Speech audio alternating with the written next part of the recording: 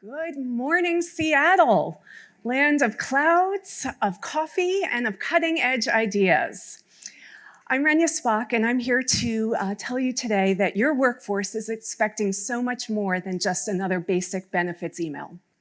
They want magic. They want personal, predictive, data-driven, powered magic, and technology has made it possible to deliver this in real time, and we're going to show you real examples of this today. With workforce analytics more sophisticated than ever, employers, you have a powerful opportunity in front of you to turn data into action quickly and intelligently and at scale.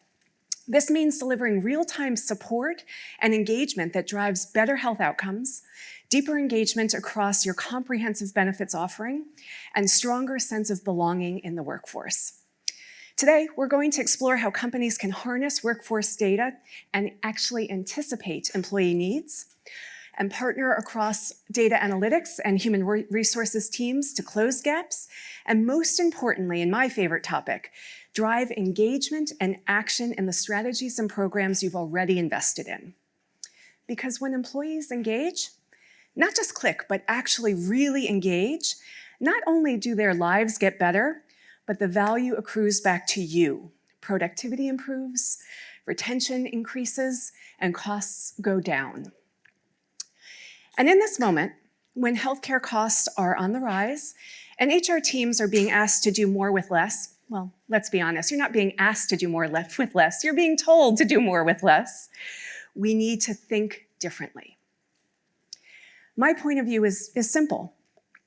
Doing more with less means getting greater value out of the things you already invest in, and putting more value, more perceived value in your comprehensive benefits program in the eyes of the beholder, your diverse and evolving workforce. All of this starts and is unleashed by the power of workforce data to drive real engagement where things matter most. But I really want to lighten things up a little bit. That was pretty heavy of a start, so let's get started with something a little simpler. Dear valued customer, ugh. We hope this note finds you well, ugh. As a loyal subscriber, you may be interested in our latest generic promotion that has absolutely nothing to do with your preferences. Click here to learn more. Riveting. Nothing makes me feel more valued than being called a valued customer. You know what action this promotes for me? See that delete button? That's exactly it. That's the action I do when I get an email like this. I imagine many of you do the same. All right, let's try again, something a little bit better. Hey, Renya, we saw you've been binge buying running gear. Impressive mileage, by the way. We just launched a shoe that will shave a minute off your next 10K.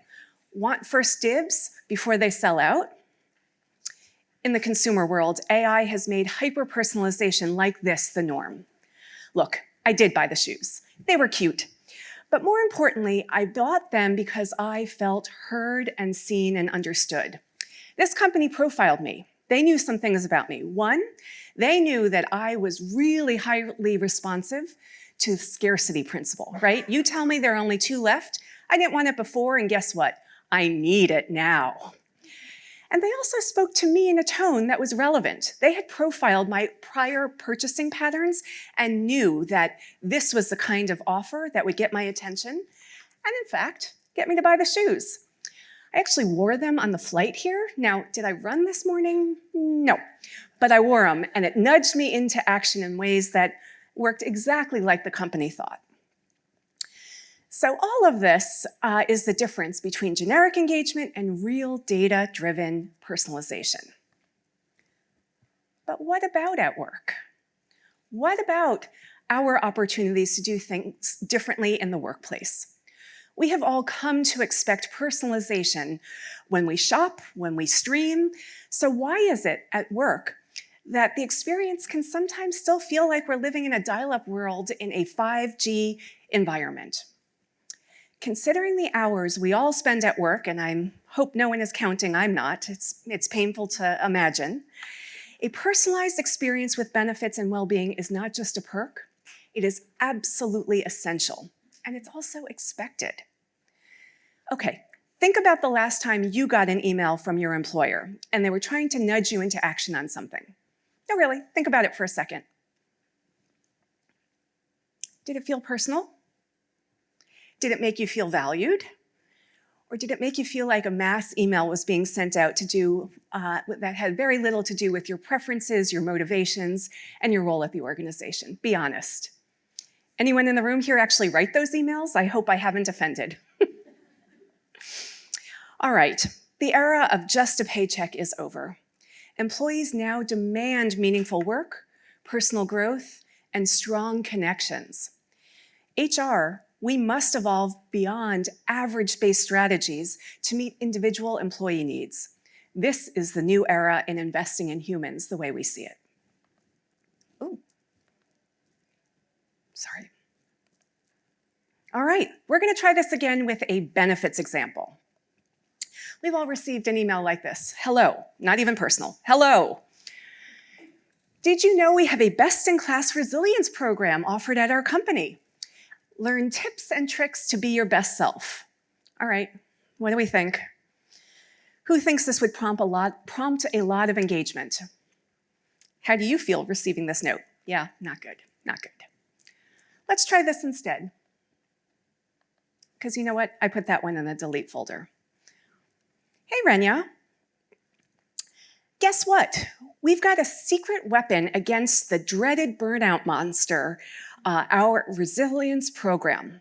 Also, it looks like your time off bank is overflowing. That time is yours to use. Come back refreshed, ready to conquer the world. You see the difference here? This was personalized to somebody in a role that has high turnover, who has not taken a day of vacation, and needs a supportive nudge to use that time and also to avail themselves of programs made available to them. I think this has a much higher likelihood of prompting action and scheduling that time off. I also have a theory that that message is completely wrong for at least half of you in the audience. Half of you are probably like, burnout monster, you got my attention. And I bet the other half are like, who do you think you are talking in that tone to me? And that's all right, because your workforce spans those edges and beyond in terms of their expectations. And that's why personalization to drive engagement is so key.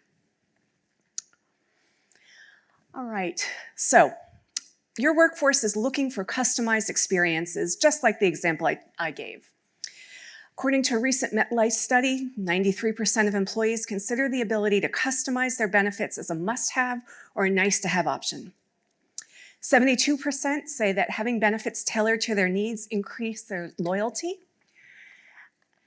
And 40% say having benefits tailored to their needs actually increases job satisfaction.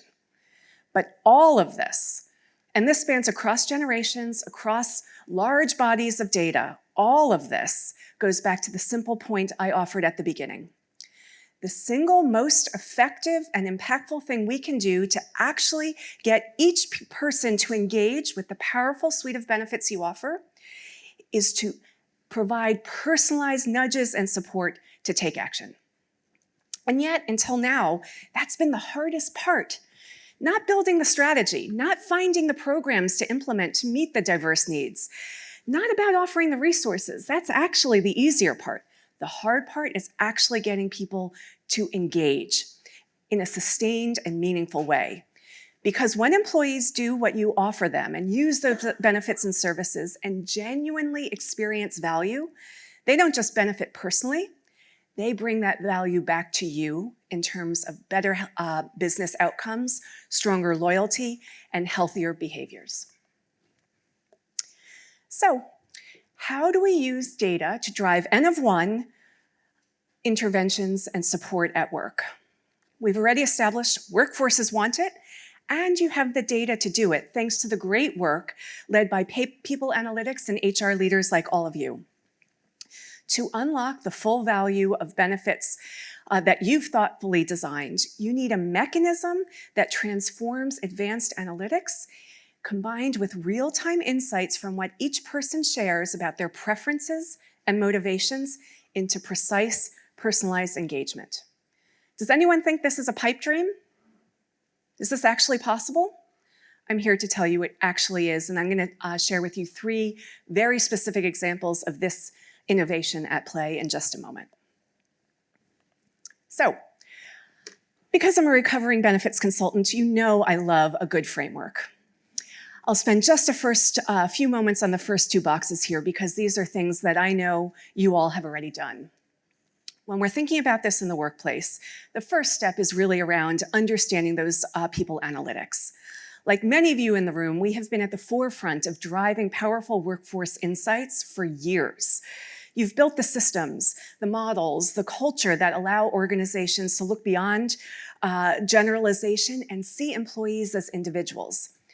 You have the dashboards and the data that look at workforce demographics, at pay equity studies, at engagement driver analyses, and performance prediction models. You've laid the groundwork to do what I just described. I'm not sure that you know it, but you've got this data at your fingertips. The next part of the framework is really about the collaboration. This is where people analytics and HR and benefits need to come together to really take those analytics and insights and turn them into that magic I talked about at the beginning.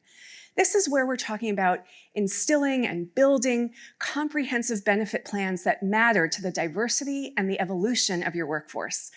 I recently just read an article about a new benefit some were offering that was parental leave for grandparents. I didn't know that was a thing, but why not? What about virtual care for pets? These are modern benefits that people want and value, but they've got to use it in order for you to accrue that value back to the organization. Let me move us to the third point, which is where the innovation happens and what we'll spend the rest of our time on today. It's about this precision delivery of recommendations and nudges of engagement to each person to meet their unique and evolving needs. Many organizations face this similar barrier. Awareness and engagement in these programs remain just lower than desired. The programs are there, but employees just don't know about it, or they don't remember about it, and they don't see it as relevant to them, and so they don't engage at the right moment. This is the classic paradox on engagement in benefits and programs. I bet each of you could write a thesis on this issue because you experience it probably many days. Anyone here who has cracked this nut, I would love to talk out at the booth afterwards and learn from you and share what we're seeing as well. But the good news is there is a real growing opportunity to close these gaps, not by replacing the great work you've done in steps 1 and step 2, but layering on this action-focused opportunity on top. Let's talk about this in a little bit more detail. All right, these are the 8 rights. If 2 wrongs make a right, how many wrongs does it take to get 8 rights? I'm not sure about that math, but maybe some of you can help me with that. When we're talking about personalized nudges at scale, we're talking about the right person, the right time, the right action. I'm not going to go through each of these rights, but my point of view and what we're seeing and doing at Well is for each time we're trying to nudge an employee, an individual, to take action on something that would be good for them and good for the organization, each one of these 8 components needs to be personalized. So you can have the right tone, but the wrong incentive.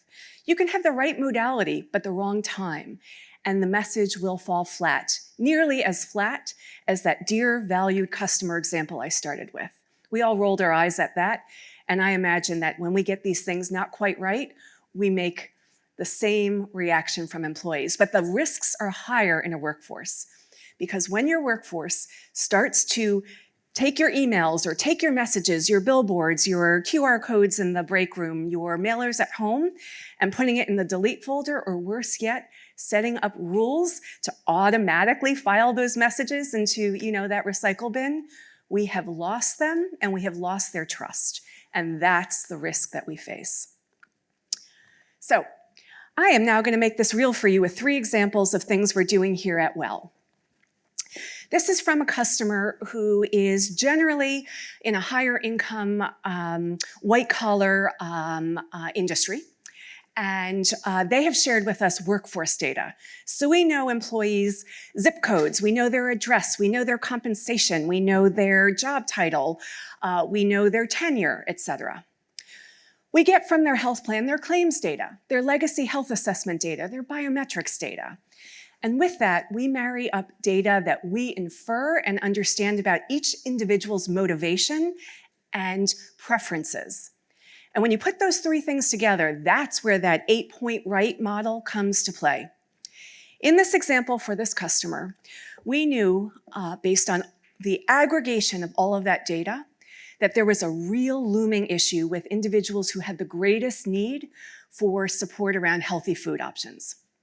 When we started asking folks based on their zip code, where we then applied a layer to say, food desert, that one, they can't afford healthy food options, and two, it was a problem for them, that we had a real opportunity to intervene for those specific people in an N of one way. And this is the magic that happens with personalization.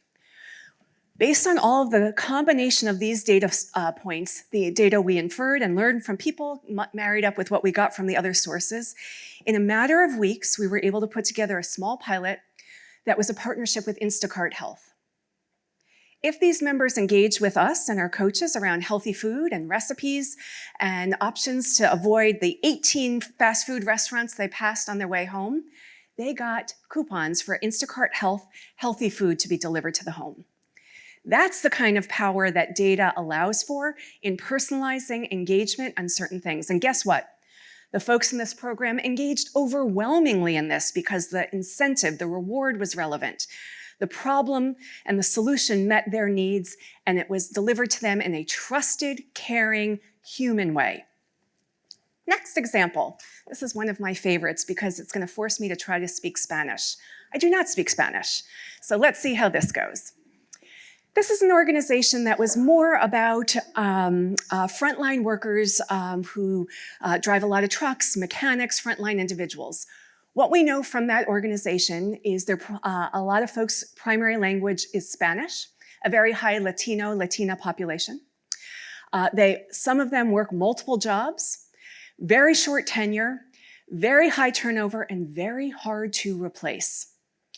We take that data, we combine it with data from their health plan and data we collect as their daily health partner, and we realize we have a real issue on our hands from their 50,000 lives for about 50 people.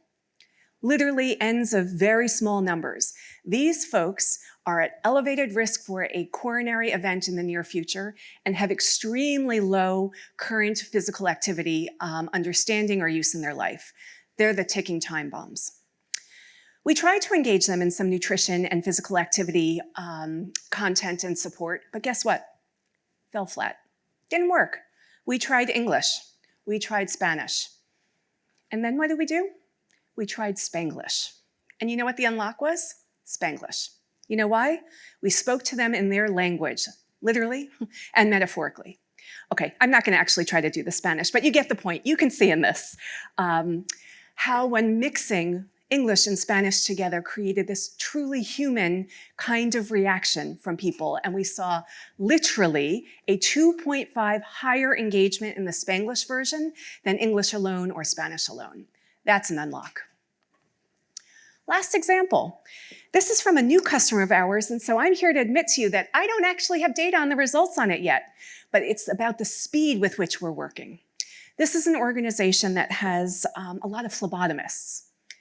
Folks in a high turnover setting. In fact, their phlebotomists at one point had 100% turnover in that team in a given year. And this is a real issue impacting their bottom line.